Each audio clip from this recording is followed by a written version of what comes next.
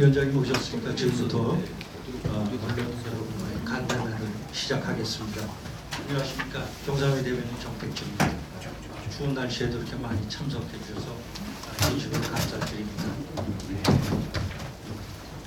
신임 김지영 위원장님 여러분들도 다 아시겠지만 대법관 출신의 각종 사회위원회 위원장으로 활동하시면서 많은 존경을 받고 계셨던 분들이 신임 위원장을 모셔서 경상도의 발전을 이끄는데 최적임자라는 판단, 본인적인 판단이 있었던 것 같습니다.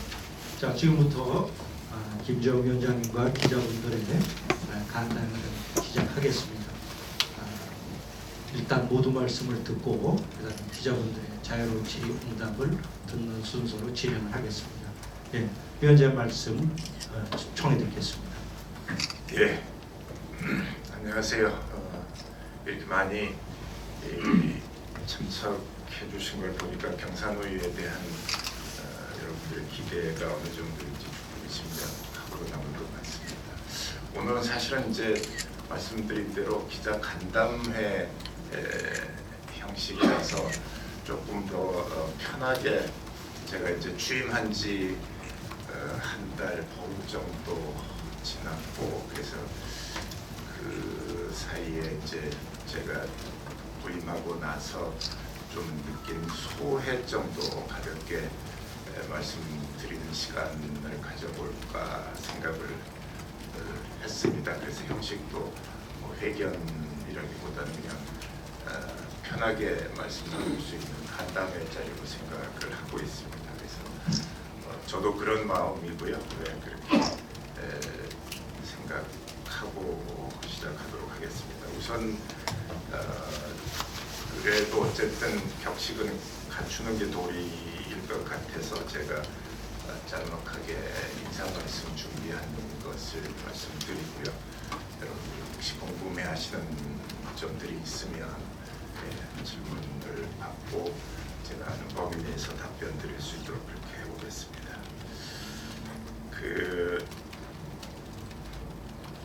윤태호 작가가 쓴 만화 미생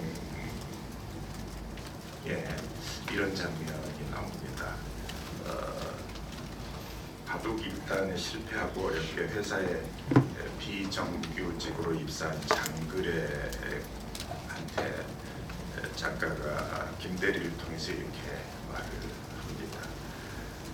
취직해 보니까 야, 성공이 아니고 문을 하나 연 느낌이더라고. 어쩌면 우리는 성공과 실패가 아니라 죽을 때까지 다가오는 문만 열어가며 살아가는 게 아닐까 싶어. 이런 대사를 아직도 제가 기억을 하고 있는 것은 제가 사는 동안에 이 말을 그만큼 강하게 실감하고 있기 때문이 아닐까 생각을 해봤습니다.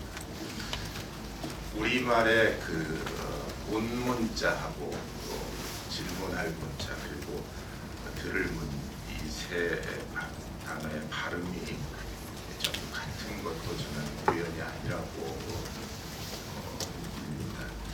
제가 예정이 없이 경산의의 문을 열고 위원장 일을 맡게 됐습니다.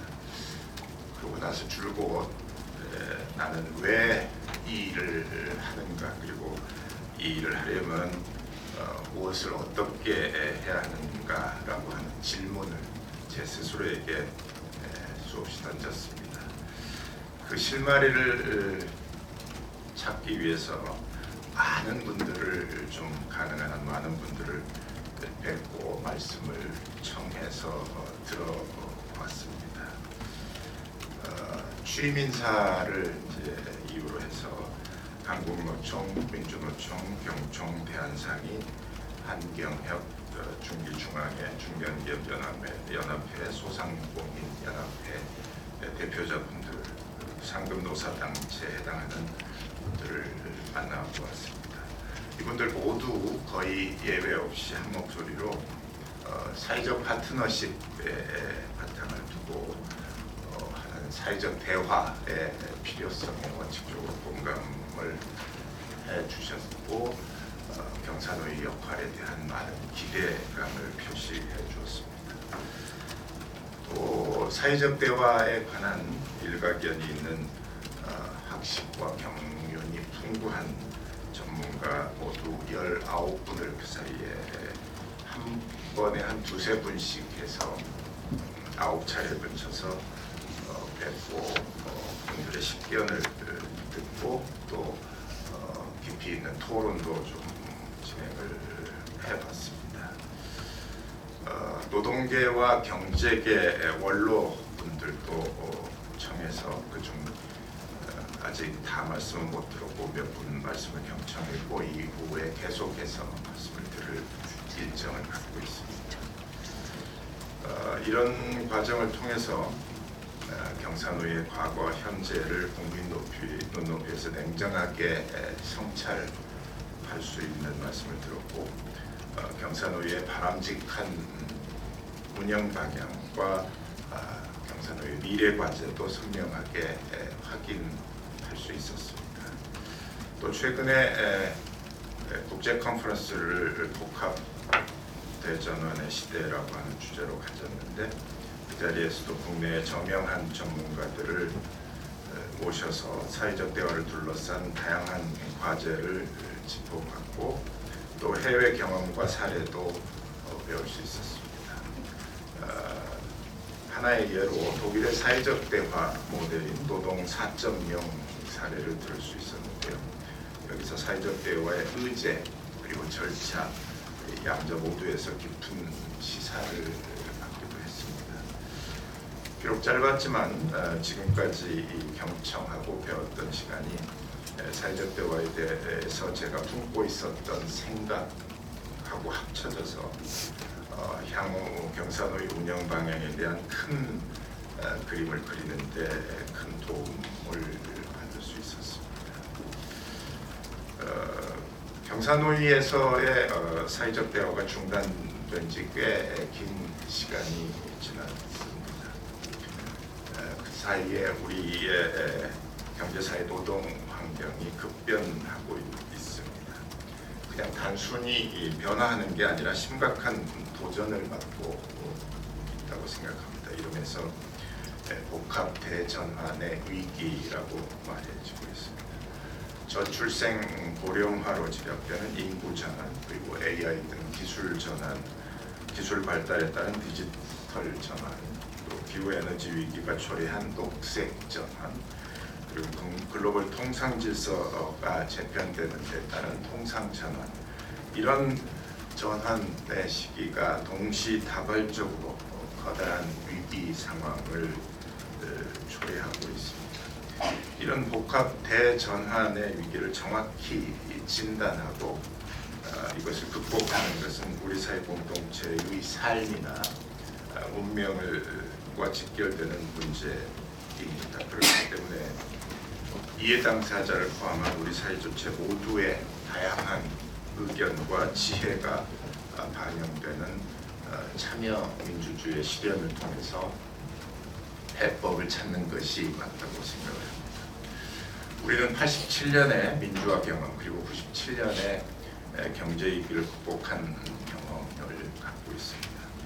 그 모멘텀은 우리 사회 주체가 도전과 그에 대한 응전 과제에 대한 국민적 합의를 형성을 했고 그에 필요한 사회적 책무를 다했기에 가능했다고 생각합니다. 이런 위기 극복의 역사에도 불구하고 그 성과를 이어갈 경산호의에서의 사회적 대화가 오랫동안 중단되면서 눈앞에 다가온 복합 대전환의 위기를 극복할 수 있는 상생과 협력의 대행 방안이 마련돼야 한다는 국민의 기대에 충분히 부응하지 못하고 있는 것이 엄연한 사실입니다. 이런 문제의식의 견해를 달리하지 않는다면 앞으로 경산호의의 사회적 대화는 단순히 대화를 재개한다는 것에 그치지 않아야 된다고 생각합니다. 그것을 뛰어넘어서 대화의 패러다임에 대한 새로운 모색이 필요하다고 판단합니다. 저는 크게 세 가지 점을 좀 생각을 해봤습니다. 번째는 경사노위의 기능과 역할에 대한 것입니다. 경사노위가 경제사회 노동정책을 둘러싼 노사 간의 이해관계를 조정하는 역할에서 한 걸음 더 나아가서 미래 설계를 위한 사회적 대화 플랫폼으로서의 공론의 장으로 발전할 수 있는 방향으로 나아갔으면 좋겠다 생각합니다. 두 번째는 경사노위의 사회적 대화 의제에 관한 것입니다. 경사노위는 노사장이 제기하는 현안 외에도 국민 모두가 공감하는 사회적 과제를 통섭형 의제로 적극 발굴해서 논의하려고 준비하고 있습니다. 이런 과제들은 갈등 조정의 관점이 아니라 우리 사회가 중대하다고 여기는 사회적 과제를 제시하고 그것을 풀기 위해서 우리 사회 주체들이 각자 수행해 나가야 될 역할과 책무를 분담한다는 관점에서 접근하고 그런 점에서 세부 의제 설정부터 대안 마련까지 국민 모두가 지혜를 모아서 구조적인 문제를 해결하는 방안을 마련하고 또 모두 합심해서 실행해 나가야 하겠습니다. 그 과정에서 노사정 그리고 국민 모두가 윈윈하는 사회적 대화의 새로운 장이 열릴 수 있을 것이라고 기대를 해봅니다. 세 번째로는 경사노위 사회적 대화의 절차에 관한 것입니다. 공론화와 수기를 유도하는 사회적 대화의 추진 절차를 보강해 볼 계획입니다. 의제에 따라서 필요할 경우 공론조사 외에도 타운홀 미팅, 그다음에 시나리오 워크숍 등의 사안에 들어맞는 다양한 공론화 방식을 도입해서 이 과정에 더 많은 국민이 참여할 수 있도록 AI 등을 활용한 디지털 방식의 공론화 기법도 활용하려고 검토하고 있습니다. 아울러서 스타트업이나 플랫폼, 프리랜서, 고령자 등 다양한 계층의 이해 당사자도 참여할 수 있게 사회적 대화의 문을 더 넓게 개방해 나가려고 합니다.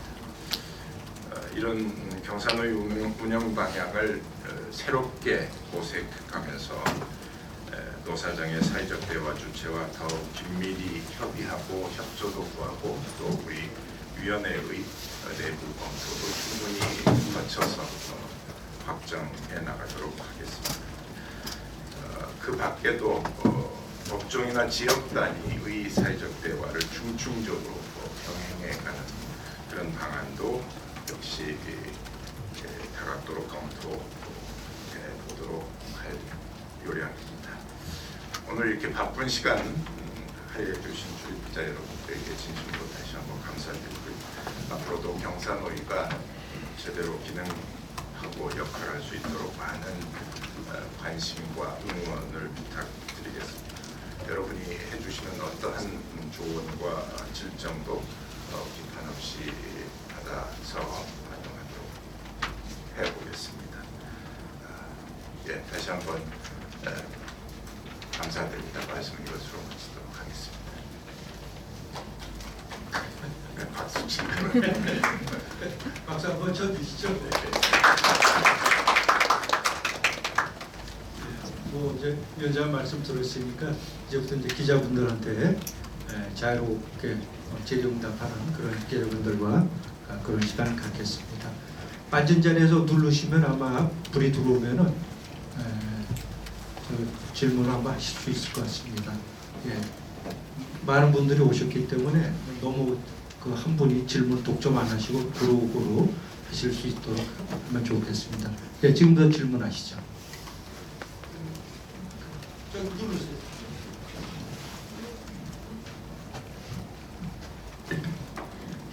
네, 안녕하세요. 저 매일경제 최 예빈 기자입니다. 네. 위원장님 늦었지만 취임 먼저 축하드리겠습니다. 네, 국회에서도 지금 사회적 대화가 진행되고 있는데 경사노위와 차별점은 좀 무엇이라고 생각하시는지 궁금하고요.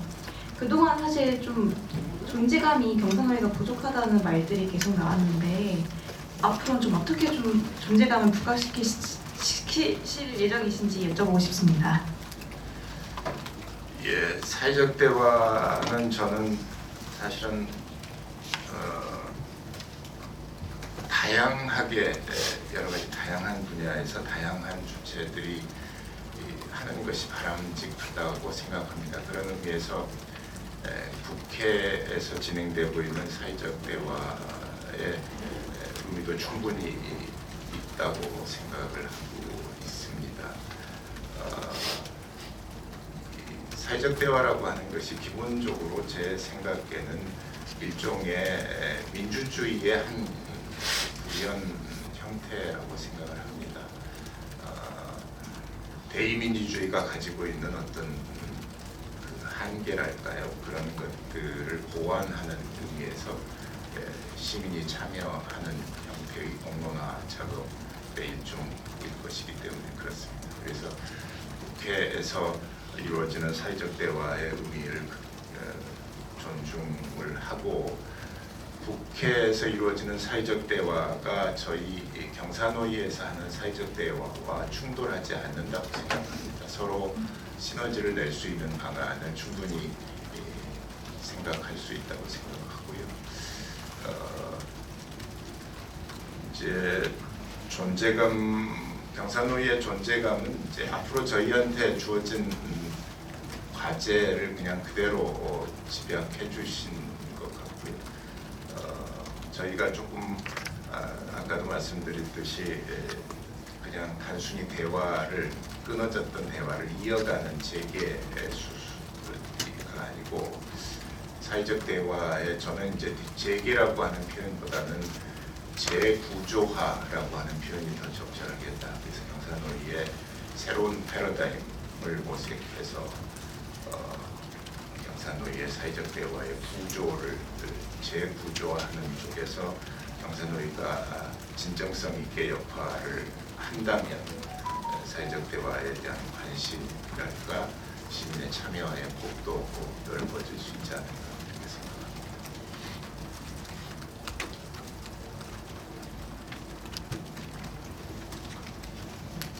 예, 저 뒤쪽. 네, 안녕하세요. YTN 김주영이라고 합니다.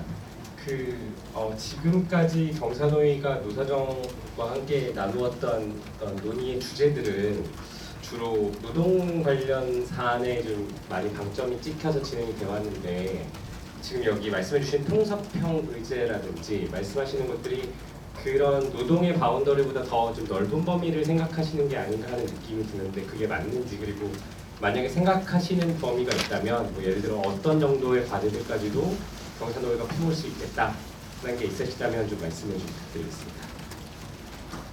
예, 그 의제에 관한 말씀을 바로 말씀드리기 전에 저는 의제는 절차하고 이제 같이 생각해봐야 된다고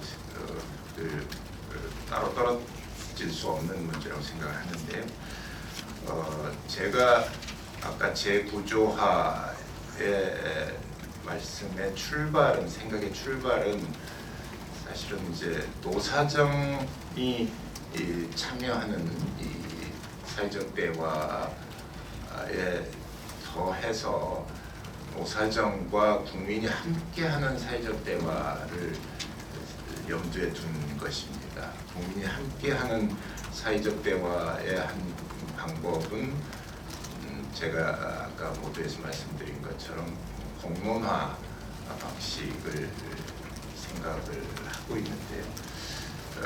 그 공론화의 의제가 될 수 있는 것들은 당연히 그래서 국민들이 우리 국민이 또 더 넓게 우리 사회가 어찌 보면 총체적으로 맞닥뜨리고 있는 문제들, 그리고 우리 국민이 정말 피부로 절감해서 꼭 풀어나가야 되겠다고 싶은 그런 폭넓은 공감대를 가지고 있는 문제, 그리고 이 문제를 풀기 위해서 사회 구성원으로서 우리 각자가 어떤 역할을 할 것인가, 어떤 책무를 다할 것인가를 질문을 던지고 그 해법을 함께 찾아볼 수 있는 그런 의제들이어야 된다고 생각을 합니다. 그리고 그런 의제들이야말로 지금 경사노위 단위에서 사회적 대화를 통해서 풀 수 있는 문제일 것 같습니다. 그래서 기존에 해왔던 노사관계에 관련된 현안들에 대한 논의는 계속하되 더 대화 의제, 의폭, 그다음에 대화의 절차 이런 것들을 넓혀서 지금 말씀드린 그런 의제들을 발굴을 하고 그걸 제가 이제 통섭형 의제라고 하나의 예시를 들었습니다만 그런 통섭형 의제라고 하는 게 그런 지금 말씀드린 그런 의제에 대해서 우리가 질문을 던지고 함께 참여해서 새로운 어떤 해결 방안을 찾아가는 것이로 집약될 수 있지 않을까 싶습니다. 그래서 그런 의제들을 잘 발굴을 해서 또 시민사회가 함께 참여하는 공론화 절차를 통해서 함께 해법을 모색해 본다라고 하는 그런 의미로 이해해 주셨으면 좋겠습니다.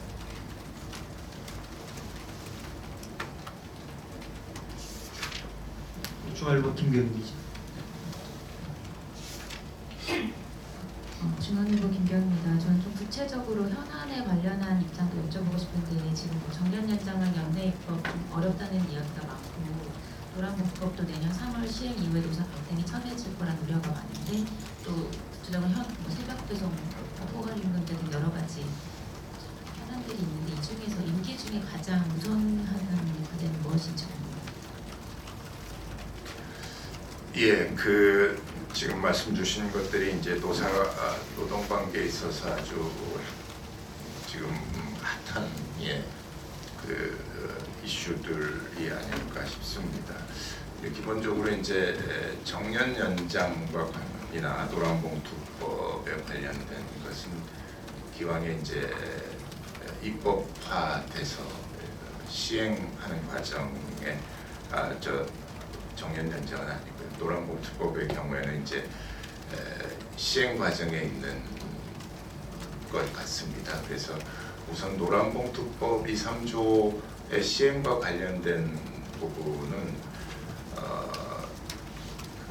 경사노위 입장에서 지금 당장 어떤 관여할 수 있는 사회적 대화의 의제로 삼기보다는 앞으로 이제 고용노동부와 노동위원회가 이 법의 시행과 관련해서 쭉 로드맵도 준비하고 있는 것으로 알고 있고 이미 이제 그 절차에 착수하고 있는 그 상황을 저희가 조금 면밀하게 같이 주시하고 나중에 그 시행 과정 시행 이후의 어떤 상황이라든지 전개 과정을 조금 더 저희가 모니터링 한 다음에 추가로 그것을 토대로 해서 어떤 사회적 대화의 필요성이 제기되는지를 살펴보겠습니다. 그래서 조금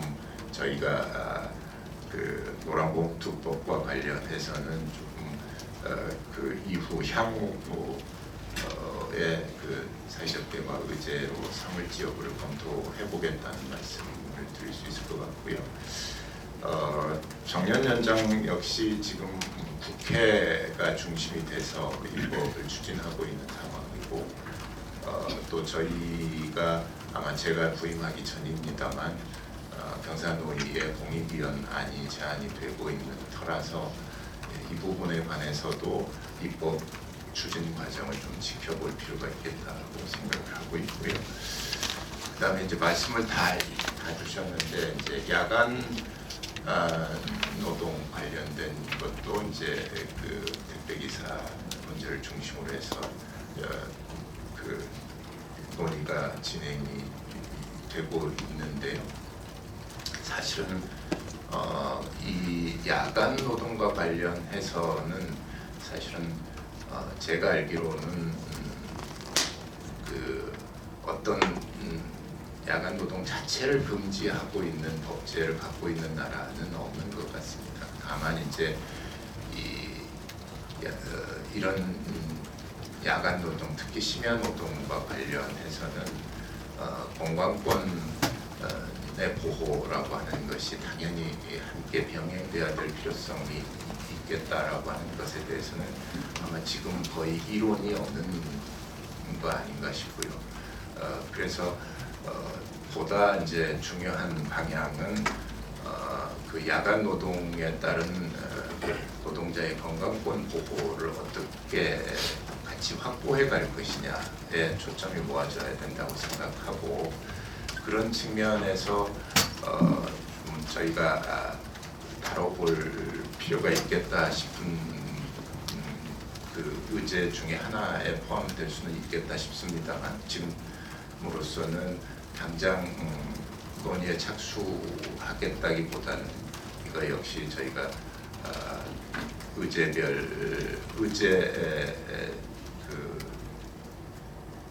개발조정위원회라든지 이런 논의를 통해서 충분히 한번 검토해볼지 여부를 판단을 해볼 생각입니다. 예. 네. 취임하셨을 때 민주노총 복귀 시사하신 발언이 가장 부각된 지점이기도 했는데요. 민주노총 복귀 단계 어느 단계인지 궁금하고요. 한다 안 한다 답변을 언제쯤 들을 수 있을지도 궁금하고, 그리고 또 다는 아니더라도 뭐 정년 연장이나 아니면 야간노동 관광권 보호나 이런 일부 이슈에라도 민주노총이 참여할 수 있을지도 궁금합니다. 예, 사실은 이제 민주노총의 참여 문제가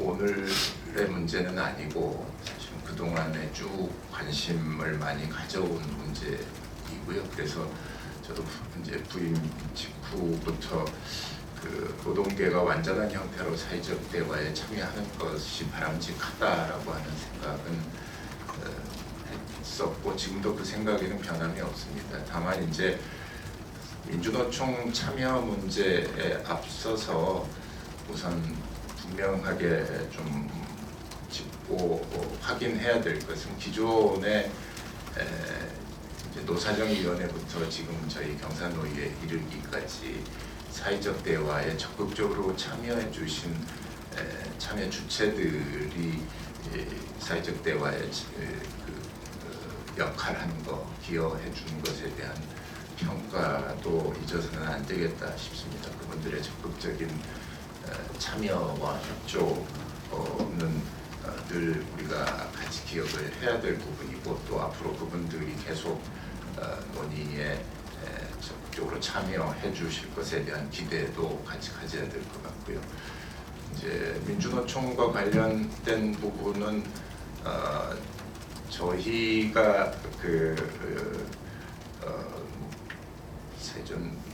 경사노위가 이제 새롭게 출범한다라고 하는 관점에서 가장 이상적으로는 같이 참여해서 진행하는 것이 가장 이상적이긴 하겠지만, 민주노총의 사회적 대화 복귀 시점이 굉장히 좀 불투명한 것도 사실입니다. 여러 가지 이제 변수들이 있는 것 같고요. 또 그동안에 민주노총이 참여하지 않았던 여러 가지 이제 숨어 있는 사정들이라든지 이런 것들이 지금 일거에 다 해소되고 있지 못한 것으로 알고 있어서, 저희는 좀 인내심 있게 민주노총의 참여에 대해서는 기다리려고 생각을 하고 있고, 다만 그렇다고 해서 민주노총을 완전히 배제시킨 채 사회적 대화를 시작하겠다고 하는 것은 전혀 아니고요. 저희가 좀 더 진정성 있게 사회적 대화의 어떤 모습을 보여준다고 한다면 민주노총이 참여할 수 있는 모멘텀도 훨씬 더 커질 수 있지 않겠냐라고 하는 그런 관점에서 생각을 하고 있다, 이렇게 말씀드립니다.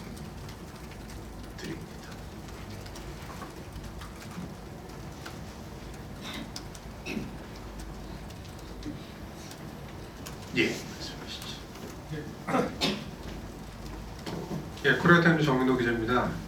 그러니까 아까 전에 말씀하셨던 내용 중에 약간 추가적으로 질문을 드리면 정년 연장에 대해서 어쨌든 국회는 지금 집권당은 연내 입법을 추진하겠다는 입장이고 그 경사노위에서는 이제 계속 고용 의무제 같은 것을 대신 도입하는 입장인데 이 위원장님이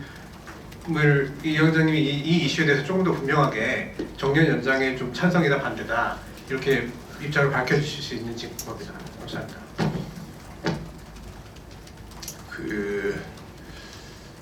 기본적으로 이제 제가 어떤 의제에 대해서 제 개인적인 입장을 밝히는 것이 어떤 의제든지 간에 사회적 대화에 경사노위의 사회적 대화에 도움이 될지에 대해서 조금 생각해봐야 될 부분이 있을 것 같고요.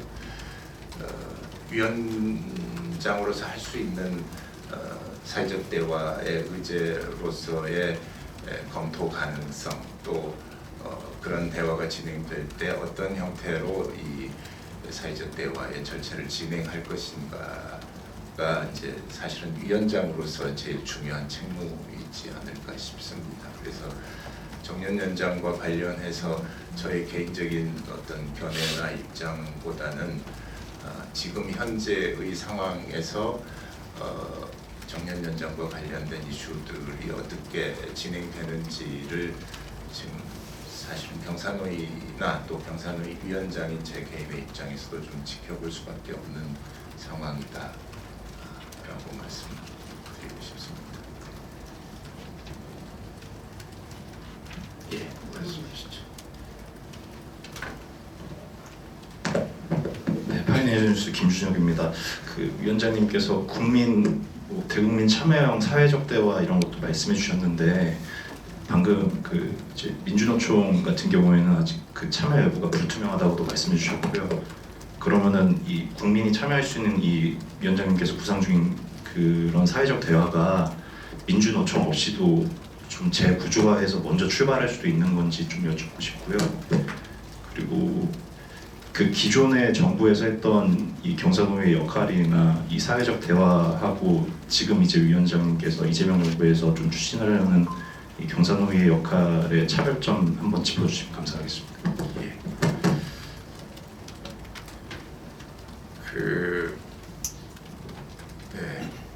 민주노총의 아까도 또 같은 말씀이 약간 반복될 수 있겠는데 민주노총의 참여 여부가 사회적 대화를 지금 저희가 다시 이렇게 시작하는데 저는 사실은 다시 시작한다기보다도 새롭게 시작한다라고 하는 표현을 쓰고 싶은데요.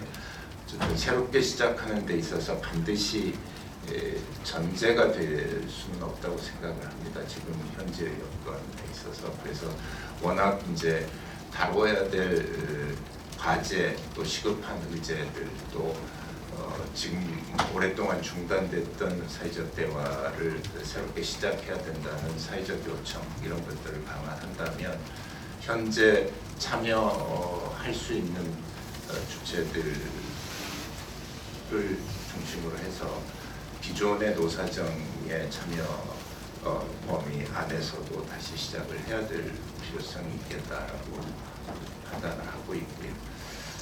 다만 이제 민주노총의 참여가 시간이 걸릴 수는 있어도 제 바람으로는 머지않아 참여해 줄 것을 기대를 하고 있고 그 부분에 대한 생각을 완전히 그냥 접었다라고는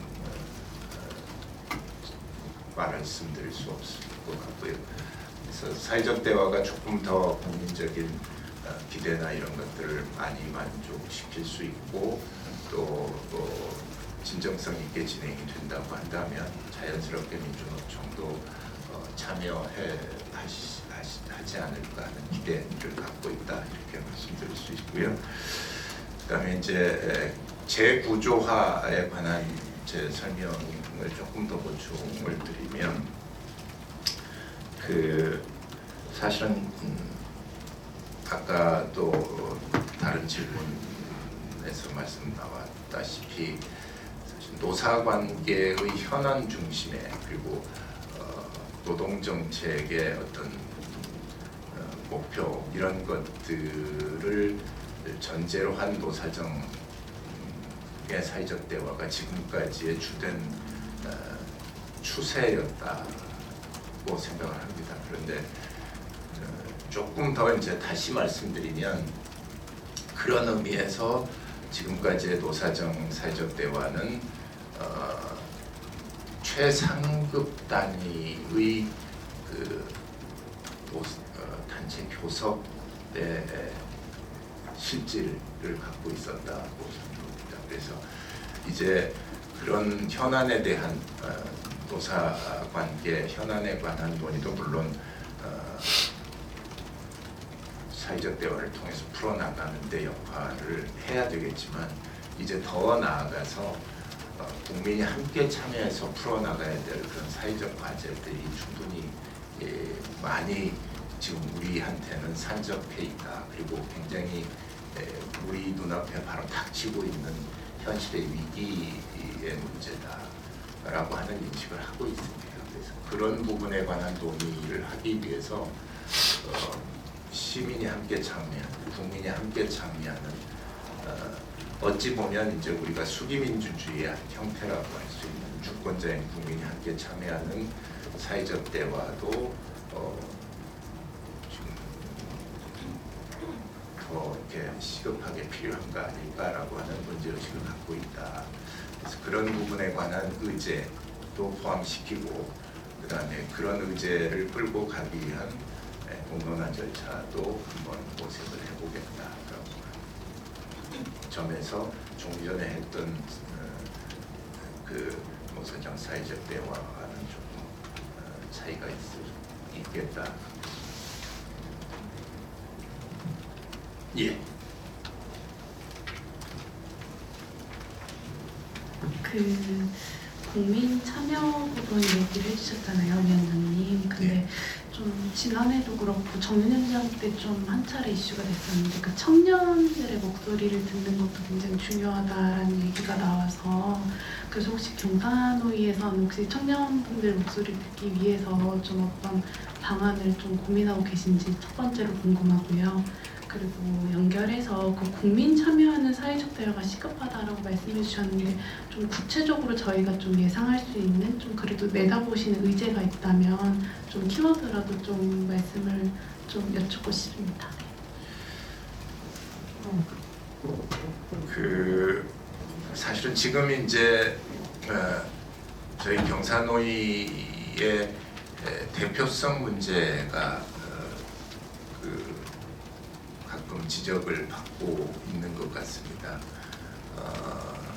대표성의 문제는 예를 들면 지금 이제 이른바 경사노위 체제 하에서는 여성 또 그다음에 비정규직 또 청년 이런 계층을 대변하는 분들이 참여를 하고 있습니다. 그런데 이제 사실은 기존의 노동법에서 얘기하는 노동자의 보호하기 위한 그런 법제의 보호 대상 밖에 있는 분들, 또 미조직 노동자들, 그다음에 이제 기존 노동법 보호 밖에 법제도에 지금 충분한 보호를 받고 있지 못하는 플랫폼이나 프리랜서 형태의 분들, 그다음에 다른 이제 또 청년뿐만 아니라 고령자 이런 분들의 목소리가 과연 경사노위의 사회적 대화 과정에서 충분히 반영되고 있느냐라고 하는 지적들이 있습니다. 그래서 그런 부분에 대해서는 전반적으로 청년뿐만 아니라 그런 계층별 위원회라든지 이런 것들을 통해서 저희가 충분히 반영할 수 있고 그런 대표성의 흠결을 보완할 수 있는 그런 방안을 적극적으로 지금 모색을 하고 있고 모색해 나갈 예정이다라고 하는 말씀을 드릴 수 있을 것 같고요. 청년과 관련해서는 지금 이제 사실은 그 더 특별히 아마 청년 일자리 문제라든지 그런 청년 취업 문제와 관련해서도 논의해 볼 소지가 충분히 있겠다 그런 생각을 하고 있고요. 그것과 연계해서 말씀드릴 수 있는 게 그 예를 들면 의제에 있어서 그런 통섭형 의제라고 제가 표현을 해드렸는데 우리가 이제 정년 연장의 문제라든지 또는 청년 취업의 문제라든지 이런 문제들을 이렇게 그 단편적인 시각에서 접근하기보다는 또 부분적인 의제로 다루기보다는 예를 들면 전 생애 주기의 그 고용을 통한 계속 고용을 통한 소득 안정성 문제를 우리가 어떻게 만들어 갈 것인지 그런 조금 뭐라고 해야 될까요? 굉장히 이렇게 좀 거시적이고 뭔가 그런 문제를 관통할 수 있는 조금 더 본질적이고 핵심적인 문제 제기가 필요하겠다. 그래서 사실은 의제를 던질 때도 종래처럼 예를 들면 청년을 연장하는 게 나을지 아닌지 뭐 이런 형태의 양자택일 내지는 오한한 방식의 가부간의 어떤 결론을 내려고 하는 방식보다는 우리가 이 어떤 그 미래의 문제이면서 동시에 국민 모두의 우리 삶의 문제와 직결되는 그런 우리 사회적 문제를 좀 거시적으로 제시를 해보고 또 그런 문제에 대해서 우리 사회 구성원들은 각자 그 문제를 풀기 위해서 어떤 역할, 어떤 일들을 할 것인가, 해야 할 것인가라고 하는 문제를 서로 좀 분담해서 따져보자라고 하는. 그래서 그런 그 거시적인 미래 문제에 대한 어떤 큰 질문을 던지고 우리가 그 질문에 대해서 각자 어떤 역할을 할 것인지에 대해서 스스로 답을 찾아보는 형태의 그런 것들을 생각해 볼 수 있지 않을까 싶고요. 당장 그런 지금 제가 예로 말씀드린 것처럼 우리 전 생애 주기에 있어 결국은 이제 그게 인구 전환하고 이제 직접되는 아까 복합 위기의 상황에서 저출생 고령화라고 하는 우리 인구 구조의 큰 변화가 지금 진행이 되고 있는데 그 과정에서 우리 생애 주기 전체의 이 고용은 계속 고용을 유지하면서 그것을 통한 소득의 안정 문제를 우리가 어떻게 풀어갈 것인지 이런 관점에서 총체적으로 한번 문제를 들여다보고 그러면 그 문제를 풀기 위해서 어떤 방안들이 나올 수 있을까? 그건 혼자 풀 수 있는 문제는 아니고 정말 우리 사회 구성원들이 함께 그 머리를 맞대고 풀어야 될 문제인 것 같습니다.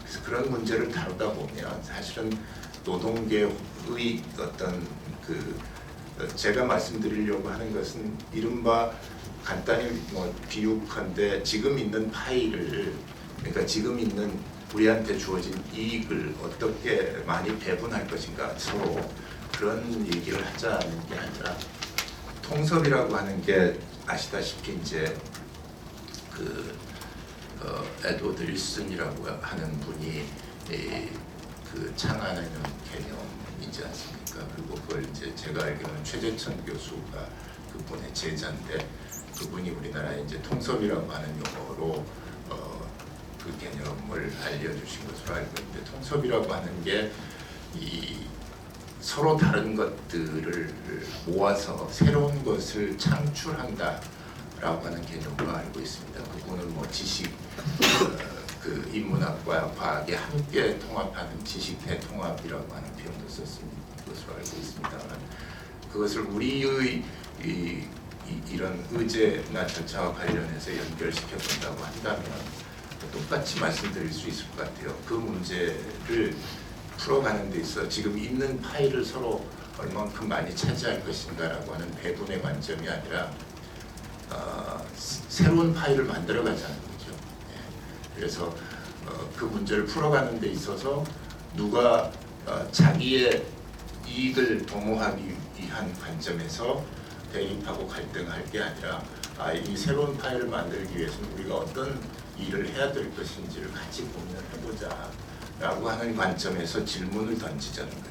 그러니까 어떤 목표 지향적인 문제 설정이라기보다는 과제를 해결하기 위한 질문을 던지고 그 질문에 대해서 우리가 서로 한번 같이 답을 찾아보자 라고 하는 형태로 우리가 대화를 진행을 한다면 지금까지 어떤 갈등 국면보다는 서로 이렇게 협력할 수 있는 국면으로 자연스럽게 대화도 이어질 수 있지 않을까 하는 생각을 해봤습니다.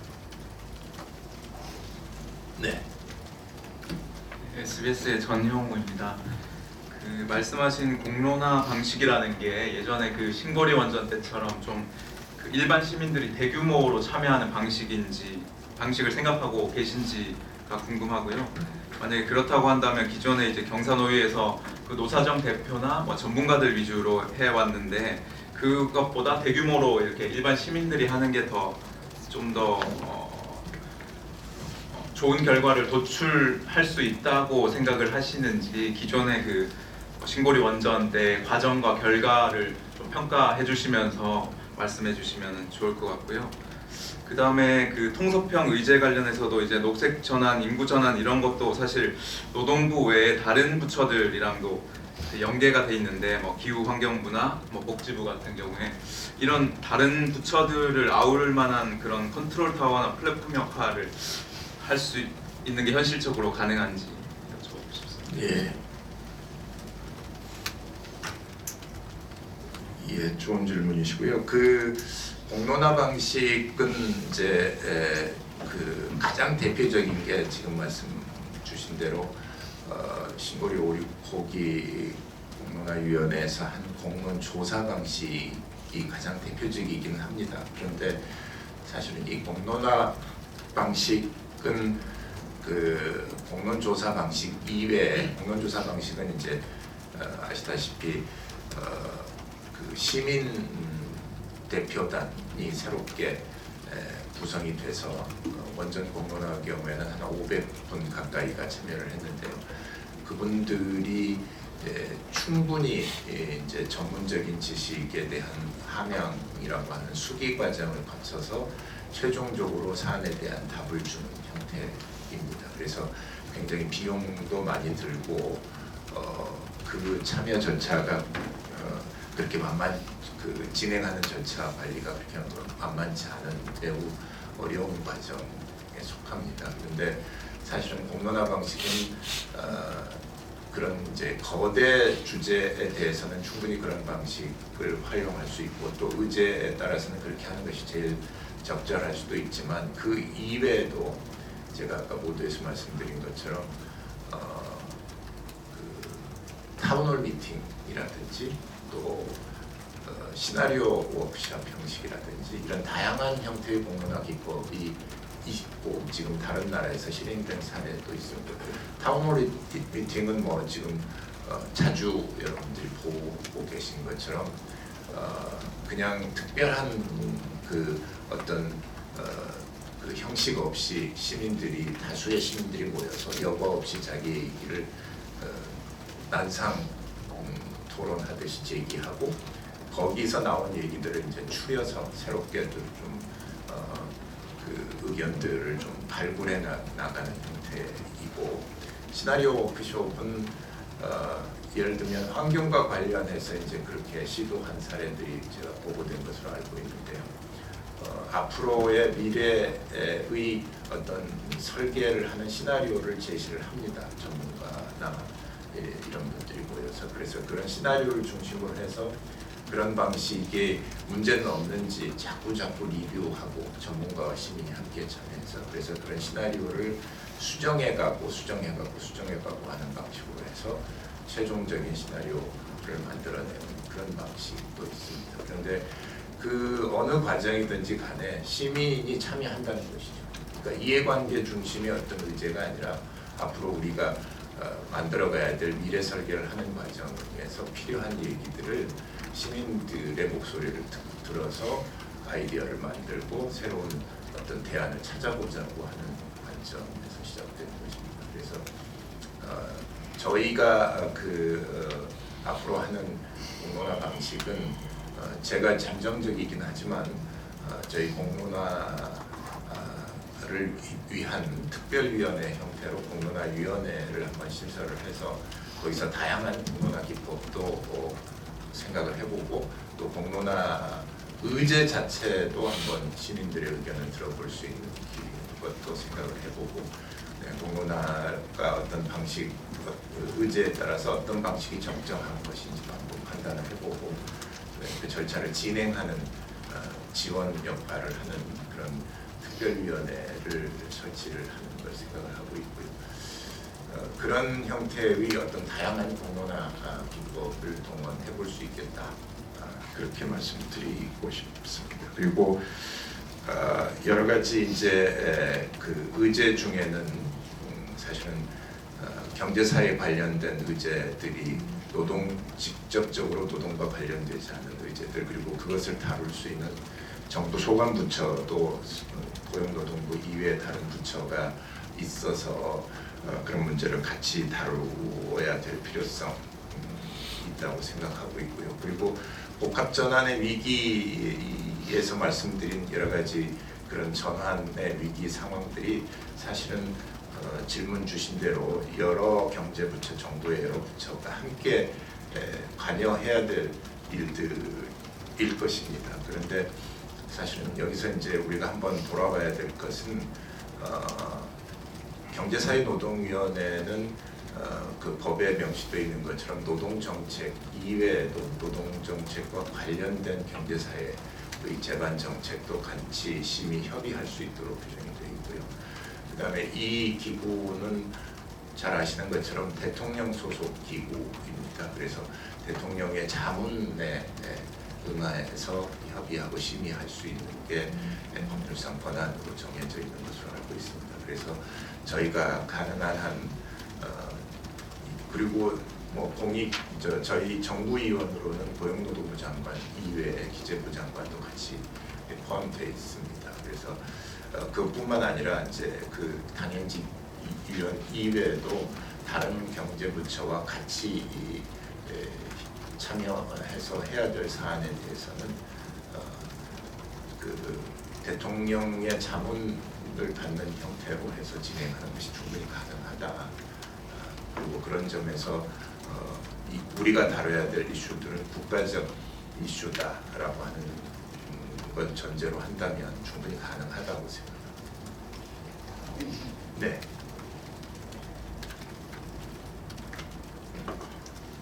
저 서울경제 양종건 기자입니다. 제가 질문 드리려고 했던 게 방금 위원장님께 말씀하셨는데 지금 공론화가 잘 되면 그 단순히 민원 해결에 그치는 국민 신문과의 버전업이 될 것도 같습니다.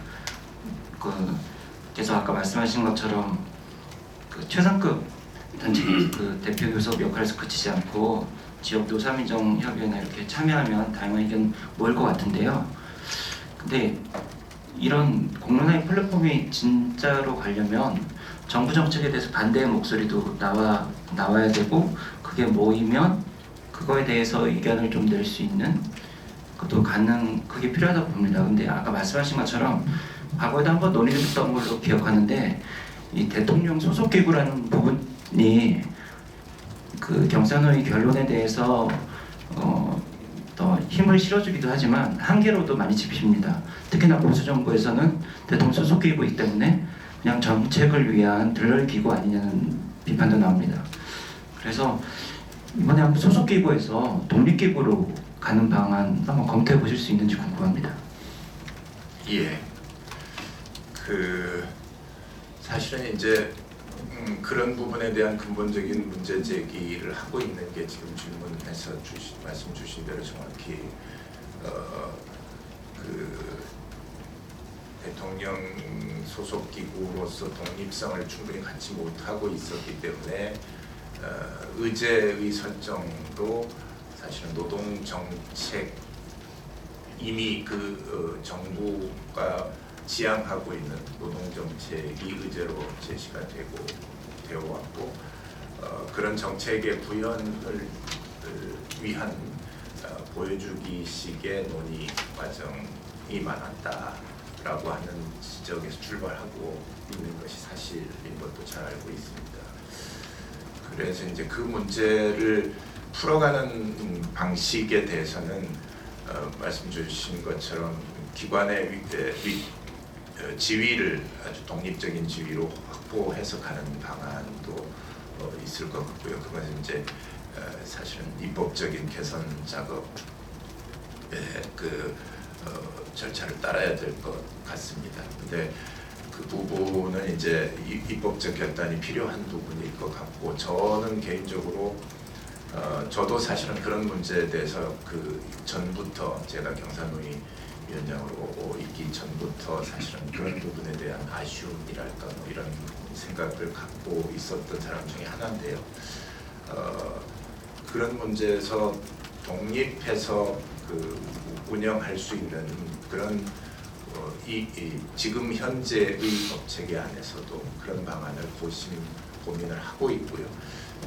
그래서 우리의 의제도 어떤 그런 들러리라든지 보여주기식의 의제와는 다른 형태의 의제를 한번 생각을 해봤고 시민이 참여하는 공론화 절차를 해보겠다고 하는 것도 그런 문제의식의 발로였다라고 말씀드리고 싶습니다. 그래서 뭐 독립적인 어떤 기관으로서 활동할 수 있는 것이 그것은 뭐 제가 판단할 수 있는 문제는 아닐 것 같고 입법적인 사항이긴 하겠지만 저는 그 법 이전에라도 지금 현재의 법제도 안에서도 그런 운영 방식의 변화를 통해서 정부의 교체에도 불구하고 이게 지속 가능한 한 논의 기구로서 역할을 해야 된다라고 하는 관점에서 제가 말씀드린 패러다임의 변화도 꽤 하려고 하는 것이다라고 말씀드립니다. 네. 예, 머니투데이 김삼일 기자입니다.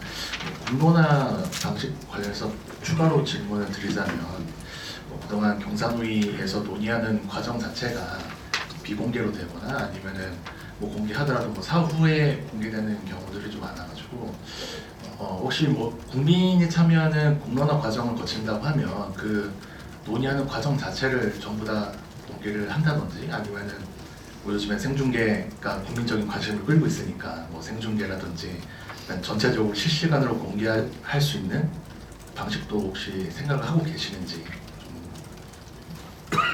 예, 잘 짚어주시고요. 공론화 방식의 장점은 그러니까 제일 큰 장점이 시민의 의사가 같이 반영된다라고 하는 점일 것 같고요. 그렇기 때문에 자연스럽게 공개하지 않은 형태로 가기는 어려울 것 같습니다. 자연스러운 공개가 이루어질 수밖에 없을 것 같고요. 저는 이제 더 나아가서 그 공론화 방식에 의하지 않는 경우에라도 그 경사노위에서의 사회적 대화 진행에 관해서는 일상적으로 투명한 공개가 이루어지는 게 좋겠다고 생각을 합니다. 그래서 가능한 한 저희가 뭐 비공개를 하거나 또는 나중에 사후에 요약해서 공개하거나 하는 형태보다는 조금 더라기보다는 아주 좀 더 개방성을 염두에 두고 운영을 해볼 생각을 갖고 있습니다.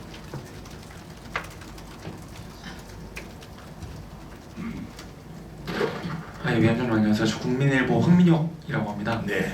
약간 지겨우실 수도 있는데 민주노총 관련해서 하나 더 여쭈면 아까 민주노총 참여를 지속적으로 설득하면서 이제 진정성 있게 성과를 내면은 설득할 수 있을 거라고 생각한다는 식으로 말씀을 해주셨는데 그때까지 아무래도 기간이 좀 걸릴 수밖에 없잖아요. 현재 단계에서 어떤 논리로 설득하고 계신지 민주노총에 어떤 식으로 손을 내밀고 계신지 궁금합니다.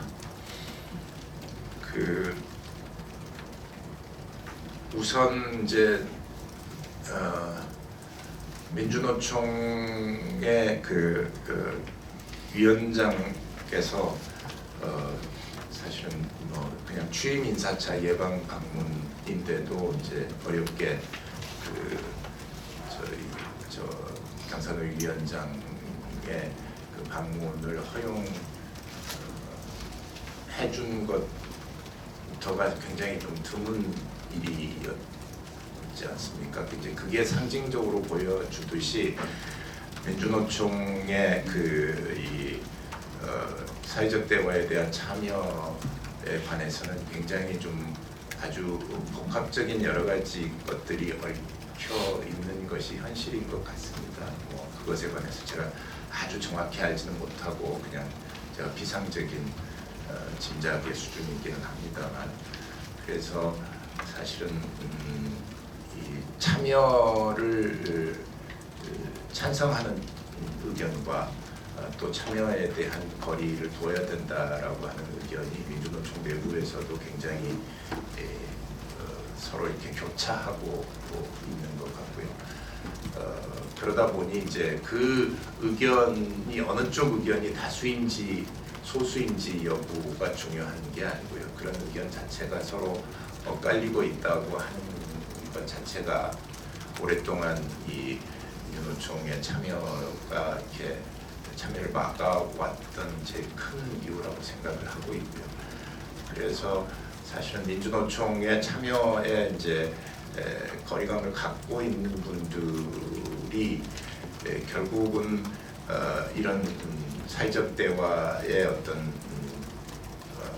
효능감을 갖게 할 만한 어떤 성과가 있어서 그분들의 생각을 바꿀 수 있는 그런 계기들이 많이 만들어지고, 동시에 민주노총이 그냥 노동계의 대표자의 위치를 벗어나서 우리 국가적인 과제, 사회적 과제를 해결하는 데 있어서 뭔가 역할을 하고 기여해야 되지 않겠느냐라고 하는 어떤 책무감, 이런 것들을 가지고 좀 더 참여의 적극적인 쪽으로 이렇게 생각을 전환해 갈 수 있도록 그런 방향에서 저희가 노력을 할 생각입니다. 네. 네, 그 위원장님 그 차관점 세 가지 보니까 그 합의란 단어가 없더라고요. 제가 지금까지 봐온 경산호위는 노사정 위원회 때부터 해서 되게 치열한 그 첨예한 의견들에 대해서 합의를 해왔고 그 역량이 되게 높다고 알고 있거든요. 물론 퇴소도 많이 하고. 근데 이제 위원장님 때 이게 공론화가 되다 보면 앞으로 하다 보면 그동안 갖고 있었던 그 경산호위의 기본적인 좀 잘할 수 있는 장점이 약간 퇴색되는 거 아닌가? 그런 생각도 좀 듭니다. 네. 아주 날카롭게 보신 것 같고요. 합의라는 단어가 없다는 걸 잘 집어내 주셨는데요. 저는 그렇다고 해서 합의의 의미를 뭐 소홀히 보겠다는 것은 아니고요. 그래서 일부러 뭐 합의에 대한 거부감을 갖고 있어서 그런 표현이 절제가 된 것은 아닙니다. 다만 지금까지 이렇게 그 합의에 너무 이렇게 의존하던 방식을 취하다 보니 결국은 합의가 되더라도 그러니까 그 합의 자체가 사실은 합의에 너무 집중하다 보니 정작 역으로 합의가 잘 안 되는 경우들이 많이 있었던 것 같고요. 그렇게 해서 이제 결렬되는 경우들이 많았고, 또는 합의가 되더라도 어찌 보면 조금 세부적인 사항에 관한 합의에 그쳤던 경우들이 있었고, 또 큰 틀에서 합의가 되다 보니 사실은 그 의미는 굉장히 중요한데도 불구하고 그것이 입법이라든지 정책으로 이행되는 것이 좀 거기까지 잘 연결되지 않는 경우들이 있었고 이제 그런 게 사실은 지금까지의 경사노위의 어떤 어두운 측면, 그러니까 좀 비판받고 있는 측면으로 정리되는 거 아닌가 싶습니다. 그래서 저는 이 굳이 어떤 이 합의라고 하는 것에 굳이 매몰되는 방식의 운영보다는 이 경사노위에 있어서 기본적인 절차는 어떤 결론을 막 조급히 염두에 두고 이거 아니면 저거다라고 하는 식의 그 어떤 결론을 내는데 그 쫓기는 것보다는 좀 더 충분히 수비하고 논의가 더 우선하는 자리가 되었으면 좋겠다라고 하는 제 개인적인 바람을 갖고 있습니다. 물론 이제 이건 그 앞으로 경사노위 운영 과정에서 그 참여하고 있는 논의 주체들 사이에서 또 충분히 공감을 받아야 되고 또 같이 제 혼자 주도할 수 있는 일은 아니겠지만 그런 점에서 좀 같이 이 다른 논의 주체들하고도 충분히 협의해가면서 진행해보고 있습니다. 위원장이 다음 일정 있으셔가지고 질문은 한 가지 받고 그렇게 끝내는 걸로 하겠습니다. 그래서 여러분들 하실 질문 궁금한 사람 많겠지만 일단 오늘은 질문 한 가지로 마지막에 듣고 그 다음에 또 이제 시간을 내서 다시 하는 걸로 다 그렇게 해보겠습니다. 마지막 한번 질문하실 기자분 질문하시죠. 우리 조아리도 김경희 기자. 네.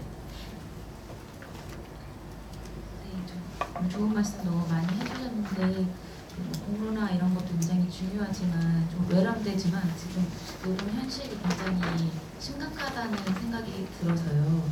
예를 들면 아까도 여쭤봤지만 그러니까 올해 내년에 가장 중요하게 생각하시는 임기 중에 혹은 내년 안에 해결하시고 싶은 가장 중요한 의제는 어떤 건지 꼽아주실 수 있다면 어떤 걸로 보고 계신지 궁금합니다. 굉장히 다양한 사회 현안들이 있고 제가 생각하는 가장 중요한 현안도 있는데 위원장님은 어떤 걸 가장 중요하게 보고 계시고 거기에 좀 힘을 쏟고 계신지가 궁금해서요. 네.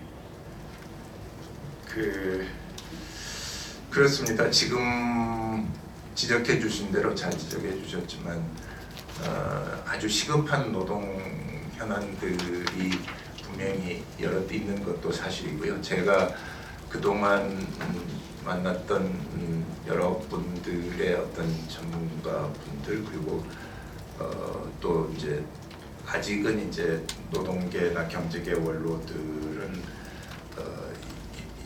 일정은 잡혀 있습니다만 지금까지는 한 2분 정도 이렇게 뵀는데 그분들한테 이렇게 저희가 물어봤습니다. 어떤 의제들 제 생각보다는 이분들이 생각하고 있는 경사노위에서 빨리 좀 다루었으면 좋겠다 또는 중요하다고 생각되는 의제들이 뭐가 있는지를 많이 여쭤봤고요. 그 아주 다양한 의제들을 많이 제시를 해주었고 대체로 제 생각하고도 공감하는 의제들이 많이 있었습니다. 그래서 그 의제들을 제가 이제 저희끼리는 좀